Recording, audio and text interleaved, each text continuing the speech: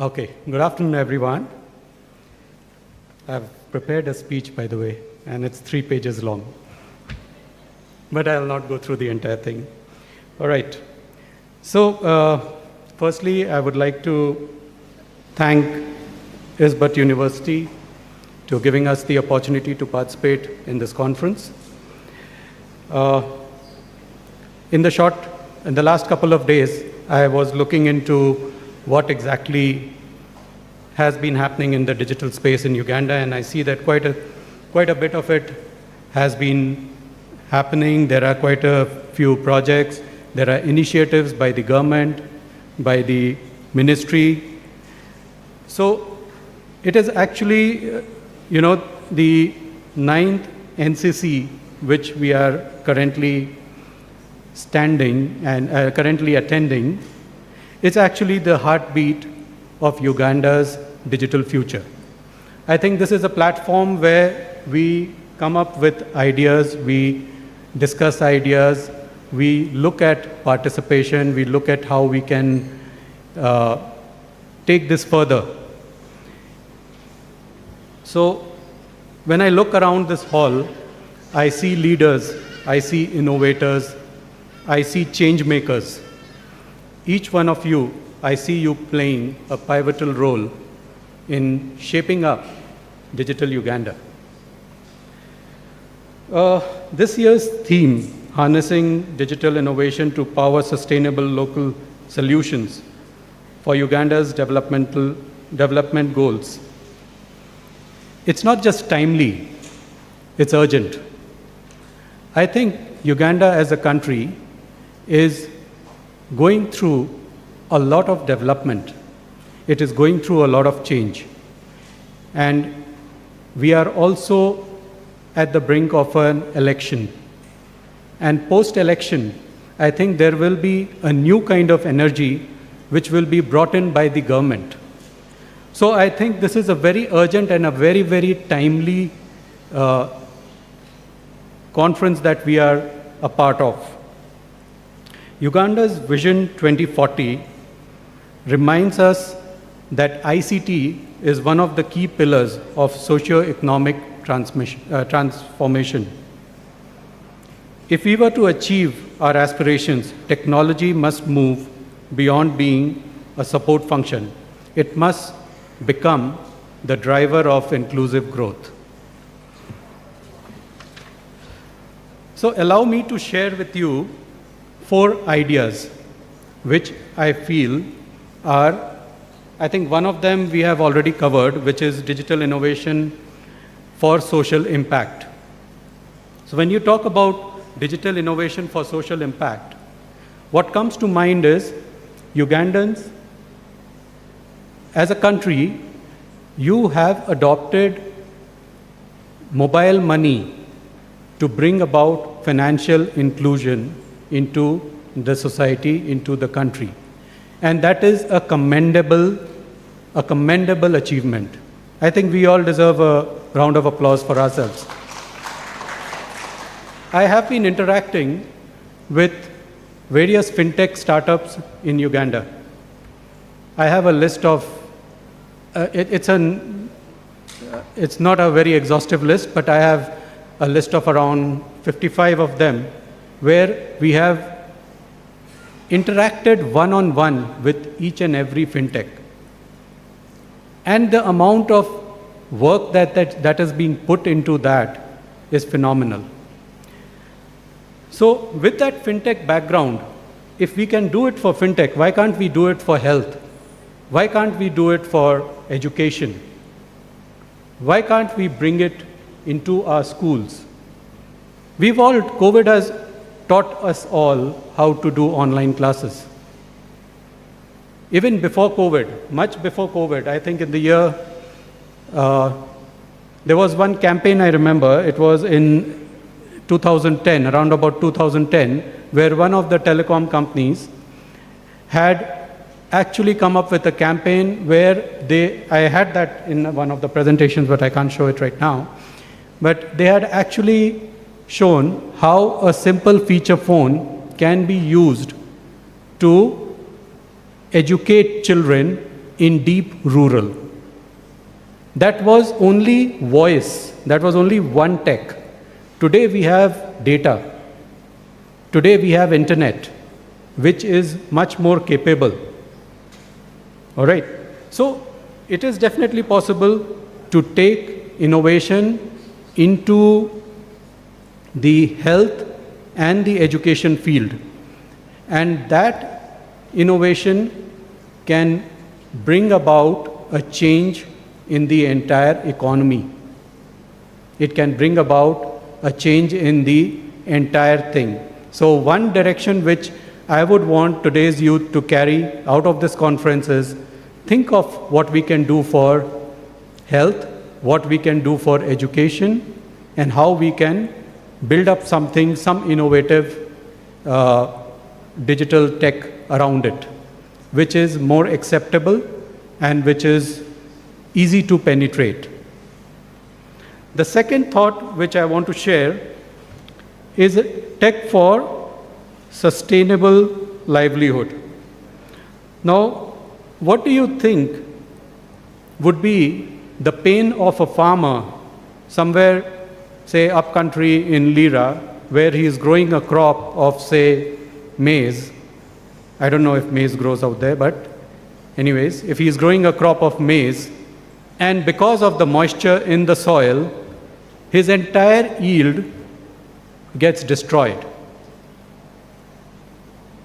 Why can't we think of a tech that this farmer can put some sensors in the ground to check the moisture level of the ground, and on that basis get a feedback on his app? Because such innovations will help bring about sustainable livelihood to the people who actually help running the economy. There are a lot of innovations which come in the digital platform. Like I was saying, I have been interacting with the fintech companies, and some of the fintech companies are doing a phenomenal job in terms of enabling people to pay up their loans that they have taken from various banks or SACCOs or wherever they've taken those monies from. They can pay up. So fintech companies are working in loan recovery. And their app is very simple. It gives a reminder when you have money in your mobile money wallet, which is a very easy thing to do. I have money, I need to pay this amount. Okay, let me just do it. And the recovery rate of the lending companies have improved.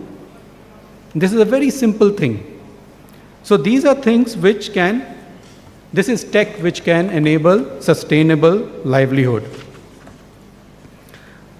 Now, third and the most critical is the future skill and digital literacy.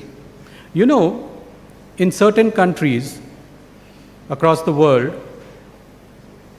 robotics and coding is a part of the curriculum right from the early years. By early years, I mean maybe grade 3, 4, and beyond. And schools are so consistent in providing that particular knowledge to the students that even if there is a single student, he is taught that subject. It's an optional thing. And that is how people are being groomed right from childhood. Now today, I know the first question that comes to mind, how are we going to do it here? So we can do it through an online platform. We can do it through a platform where the educator can be on the other side and the student can be on the other side in some school.